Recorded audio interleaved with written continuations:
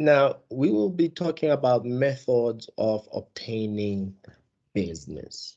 Now, it's not just any type of business. We're talking about a contractor here. We're talking about from the contractor's perspective, how he gets business. And the business we're talking about specifically construction business. Okay, constructing a road, but here, since this model is about constructing buildings, so we're talking about buildings in particular. So these are the methods that can be applied in order to obtain business. Well, let's just see the learning outcomes that we should expect. At the end of this lesson, you should be able to discuss and explain what speculation is, what recommendation is, what reputation is, what arrangement and negotiations are. You should be able to explain negotiated tender, rotation, requests, and understand what they are as well. You should be able to discuss the various tender methods, including what is an open tender and a closed tender, and explain the tender procedures by using a bill of quantities. Now, these are just some of the things that you should be able to do at the end of this lesson. We'll discuss each and every one of them. Okay. Now, if you're interested in any of this, please do stick around until the end.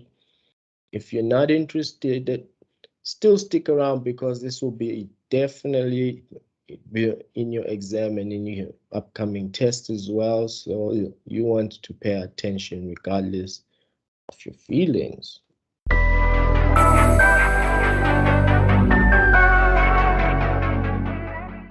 Let's go ahead. First discussion point, let's talk about what speculation is. Now, remember I said we're talking about the perspective of a contractor who's looking for work. So what happens during speculation is that risking the firm's own money to build the houses. So the contractor uses their own money. Okay, they are their own client. So as a contractor, I will go out there and I will build the building, whether it's a mall or it's a block of flats or even factories or houses, doesn't matter what the building is, but I build the building with my own money and my own clients. And then after building the building, I then advertise it. Let's say, for example, I've built a block of flats, and then I advertise those videos, so tenants can come and buy, each and every room from me. That's how I make the money as a contractor, using speculation. Okay, and then from the profits of that sale, then I can keep doing it. But speculation is basically using your own money as a contractor to build the building, and then only after you've built it do you get clients to buy up and you make a profit. Okay, that's speculation. Recommendation. Okay, so recommendation is done by a satisfied client. As the word recommendation says, that previous client actually recommends you as a builder, as a contractor, to say, hey, this contractor did a good job for me, so I would like to recommend it for your job as well. So that's what recommendation is, just simply a simple recommendation as you imagine in your head as well, based on doing a good job. So it's very important that as a contractor, you do a good job so that you can get recommendations. And through those recommendations, you get more business. Okay, so this is one way of obtaining business, by being recommended. Okay, and then there's reputation. Okay, so some firms rely solely on their name for service and quality built over a long period of time. So reputation, when you look at what reputation is, when you define reputation, you'll find that it's based on past experience. It's based on proven record. It's a well-known name that you have a record of doing good work. So then you become reputable. So sometimes people, certain firms, certain contractors get business just based on their reputation, that they are well known in the industry. Okay, so it's just like in the cell phone industry. Most people, whenever you ask them what phone they want, they just want an iPhone, because the reputation of an iPhone is that it's a quality product, it's a good phone, a smartphone, not only that, but it's also got the status. So it's a status phone as well, that, it has a good reputation. So based on it being an iPhone, people will buy it just because it's an iPhone. So that's what we mean when we're talking about reputation. It's the same for construction companies as well, that based on their reputation, they will get and obtain business. Okay, and then there's an arrangement that can be made, stated in agreement with certain companies to erect all their. So what this means is that it's business to business. So say, for example, you are a contractor that just does windows. It just builds windows and installs windows. So you will make an arrangement with another contractor to say, whenever you get a contract to build a building, you have an arrangement with me to put all your windows. Okay. So two contractors are involved. They make an arrangement. Okay, so it's an arrangement between contractor, and then you become a subcontractor. Okay, so that's another way to get business, that you make an arrangement with another contractor to be their supplier or their service provider, whatever the case may be, with another contractor. That's what we mean by arrangement. Okay, and then we have what we call negotiations. Okay, now the employer comes into an agreement with a builder who has worked for him before. So say, for example, as a contractor, you've done a good job for a certain client, and that client has another project that they are doing. So after you're done with the first one, sits down with you and negotiates a deal for you to do the next project as well. So that's another way of obtaining business as a contractor, just through negotiation with your current clients to say, hey, should you have another project, please consider me. Please, let's just negotiate a deal between us that for every project you do, that you're going to contract me. Okay, so that's another way of obtaining business as a contractor. Okay, now let's switch gears. Let's talk about tenders, the actual tenders. Now that we have spoken about the various ways of how to get, to get the business, to get your foot, to get your foot into the business. Now let's talk about the minor details of it. One of the very first things that you need to understand as a contractor is tenders. What are tenders? The types of tenders and all of that stuff. So what you need to understand is that with tenders, you're competing with other builders by submitting a quote. So now a client basically would, release a tender and says, I want a certain building to be built. I want a block of flats to be built. So now I'm looking for contractors to build it. So he will release a tender to say, okay, contractors should apply for this tender by submitting their quotes. Okay, so they will just price the tender document, fill it in, and then resubmit, and then they get shortlisted, and then the client will just choose which contractor is going with. Okay, so this is usually based on the bill of quantities. So a bill of quantities is just the prices, that that need to be filled. So for example, in a tender documents, the bill of quantities, you would have things such as they will write, to complete this building, we need 1,000 bricks.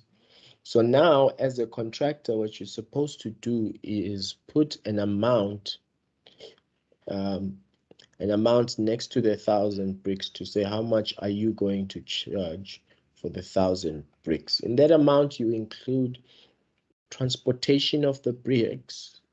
You include the labor of the bricks, as well as obviously the price of the actual bricks. It's just that the one you put in the bill of quantities is a lump sum. Okay. Now there are various tender methods. There is open tender, selection, invitation, request, negotiated tenders. Now let's speak about this because you need to understand all of them. It's not just one kind of tender that exists. There's a various number of them. So let's get into it. Okay. Start with an open tender. An open tender is the most famous kind of tender. Okay, so it's open to all kinds of contractors to apply for. So anyone that's a contractor, anyone can apply for it. Okay, it is a public tender, and all newcomers are welcome. So what this means is that most of the time, an open tender is what's done by the government. It is what is done by municipalities, where they release information about certain constructions that they want made, and to the public they say any contractor in the country or outside, whatever the case may be, is welcome to apply for this tender. Okay, so the tender is advertised in the local or national press. Yeah, they do that sometimes, but these days they hardly do that. What they do here as a government is that they actually have a website where all governmental and municipal tenders are posted. So you just go, and it's called e-tenders. Just go to e-tenders, and then you can view all the public tenders that are available to everybody, to every builder, to every contractor to apply for. So you just select the one that you want, and then you apply for that one.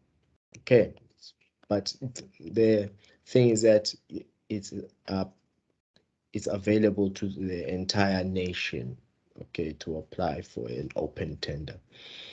Okay, it is the most competitive field. It's most competitive field because, as you can imagine, you might be local, but you are actually competing with another contractor that's not even local, that's international.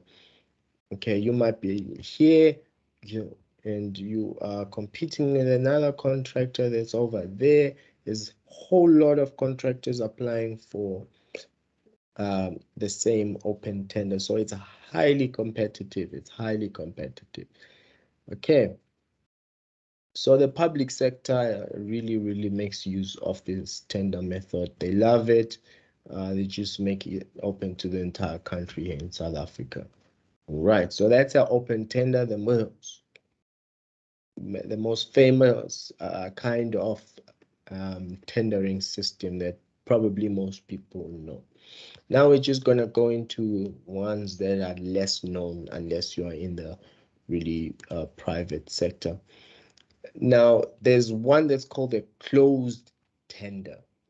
Okay, it's also known as an invited tender or selected tender. It's all the same thing. Closed tender, it's an invited tender or selected tender. Why do we say this?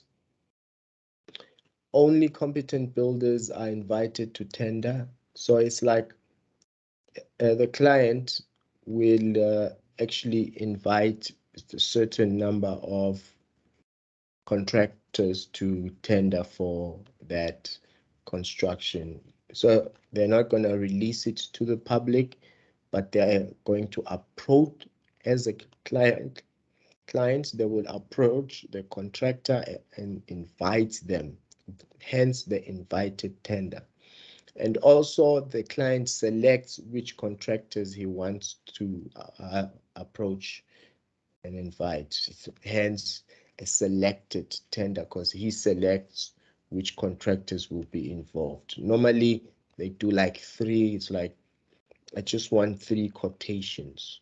Okay, even as a normal person buying something, you're most likely to compare three quotations and maybe buy the cheapest out of the three.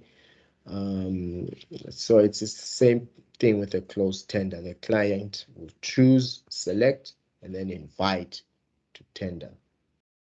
So tenderers may be selected based on their good reputation or experience. So that's where the reputation comes in, as previously discussed. So that you get business through a reputation as well. So you get selected purely based on your reputation as a contractor, as a company, as a builder. Okay, so the private sector, as you can imagine, often makes use of this type of tendering process. In the public sector, they use a open tender. In the private sector, they use a closed tender. Okay, because also you as a private citizen, when you're looking to buy something, what you do is a closed tendering system when you compare three quotations of that thing that you want to buy. You are private citizen. Okay, then we have what's called a negotiated tender. Okay, so the selected builder initially has to produce a quote, and then the employer and the builder then have to negotiate the prices. If they cannot settle, then the employer may invite someone else. So what's happening here is that okay, you've been selected. We've passed the stage of selection. You've been selected based on your reputation now as a contractor. It's not a tender that where there's three, you're comparing three as in closed tender, or you're comparing hundreds as in open tender. Here, as a client, you approach a contractor and say, okay, I want you to do this job. So now what we're going to do is a negotiated tender, because we have to negotiate the prices. Okay, so now you sit down on the table and say, okay, I'm going to charge you this much for that, but one contractor is available here for this one. And if the contractor is not happy, then or the client is not happy, then you can approach someone else. But basically, you're not comparing three quotes here. You've already selected the company you want. Now you choose. It's just like when you go to a shop to buy something. Okay, say you go to a cell phone shop. You still want to buy an iPhone. You go to one cell phone shop. You say, okay, how much is your iPhone? Let's negotiate. Yeah, I can give it to you for 30,000 rand. And then you will probably say something like 30,000 rand, but I'm buying it cash right now. I've got 28,000. Can you take it for this price? So now you're negotiating with that shop. Okay, you're negotiating, and that's is a form of a negotiated tender. So that's what happens exactly as well in the construction industry when it comes to negotiated tenders. Okay, and then we have what is called rotation. The employer keeps a list of reputable builders and divides his invitation to tender amongst only a number of tenderers at a time. With the next project, another amount of tenderers will get a chance to compete. This method is popular in government departments. So sometimes what government departments do is that, okay, they will release the tender to the public and say, we are looking for 5 companies, we're looking for 5 contractors to do a certain construction. Okay, a certain construction. So for example, let's say the city of Tshwane. The city of Tshwane is trying to develop the city of Tshwane by building certain buildings around the city of Tshwane. So then they will release a tender and say, okay, we're looking for 5 companies to build around Tshwane.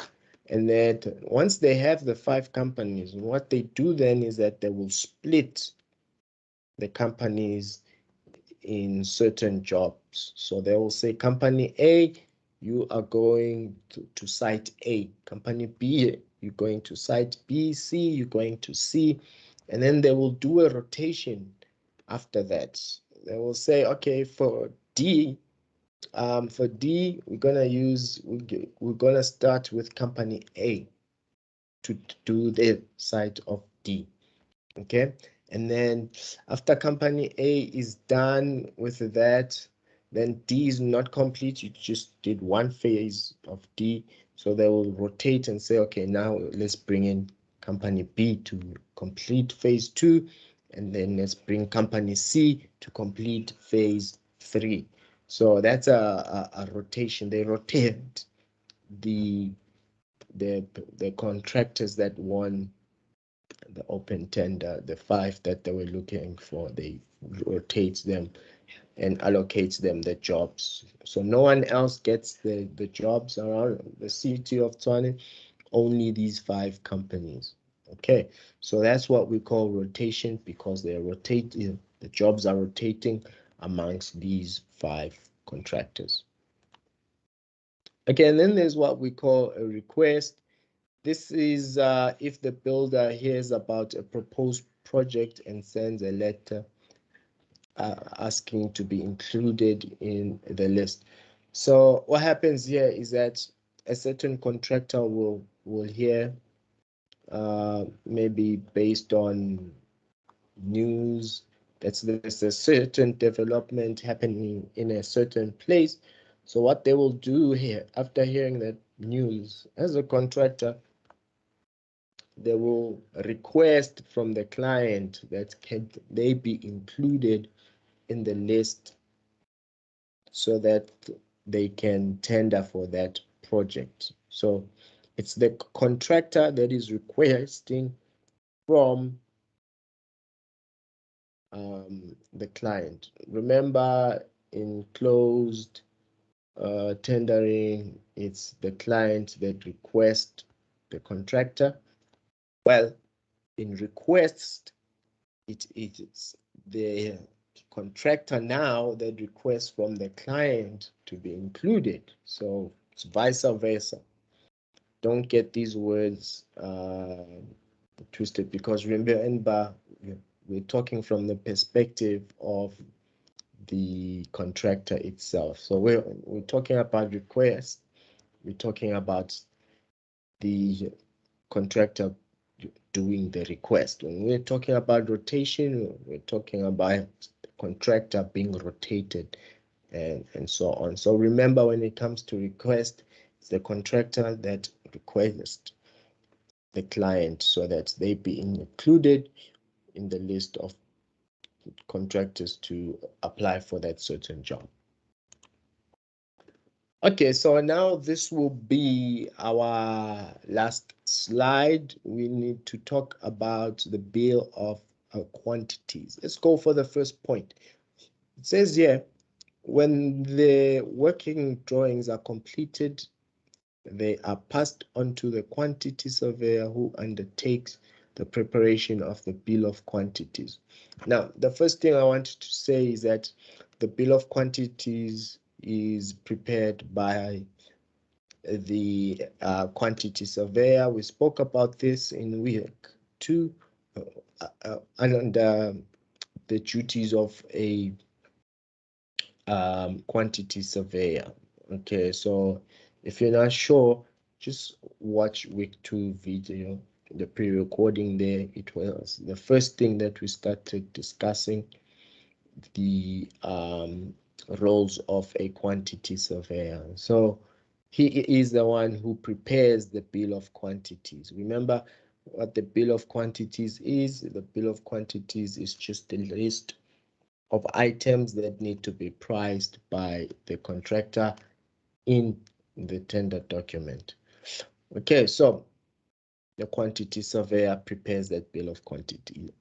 A copy of the blank bill of quantity together with the rest of the tender document is sent to the building. I've already spoken about this, that it is included in the tender document. And the reason it's saying blank, the blank part is not the quantity part.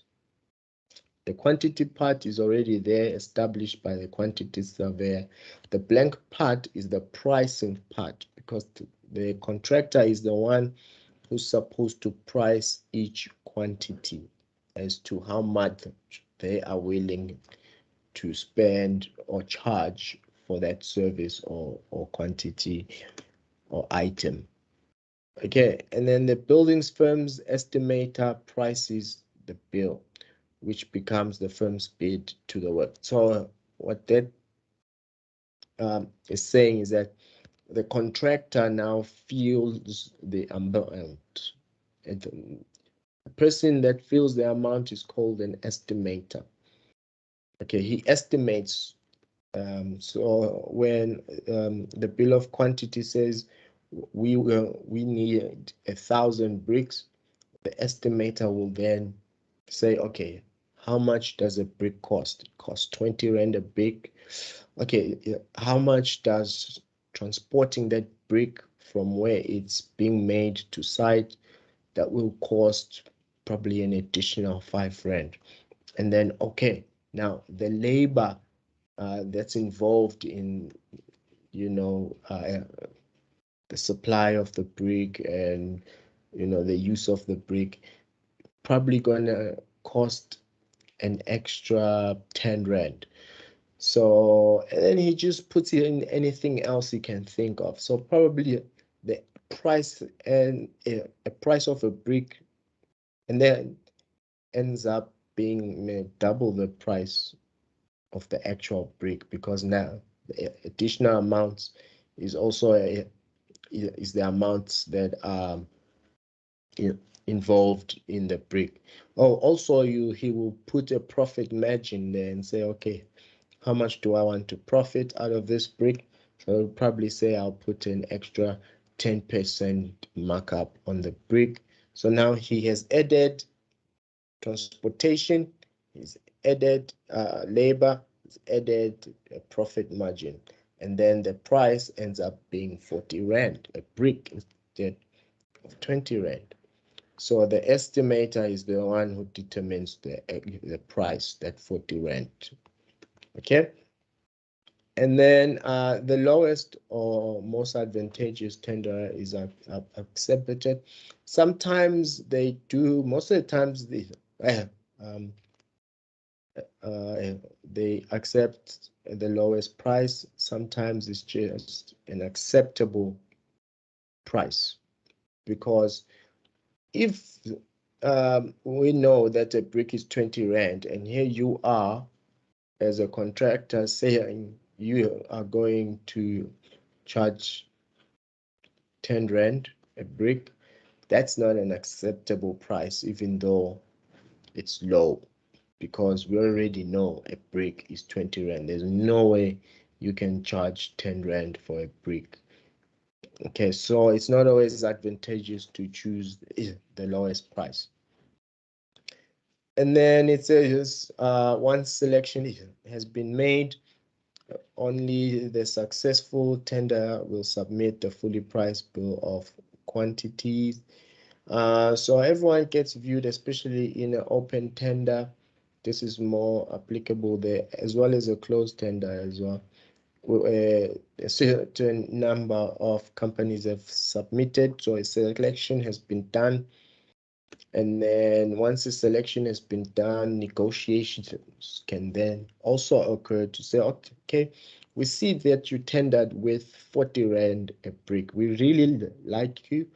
Are you willing to go down to at least 30 rand a brick? And then negotiation ends up at 35 rand. So the contractor will say, okay, I'll be happy at 35 rand. And the client says, okay, I'll also compromise an extra 5 rand. So landed 35 rand a brick, then that's the final price after the negotiations happen. Now, also the employer will be informed, and if favorable, the contract will be drawn, signed by both the employer and successful tender. Okay, so once the 35 rand has been agreed, contracted goes home, he puts 35 rand, resubmits, the whole thing is signed, the contract is prepared, and then, only after then, can construction begin, after everything has been signed and agreed. Well, that's it. You have actually met all the outcomes that we set to meet, and I am happy with that. This was this last slide.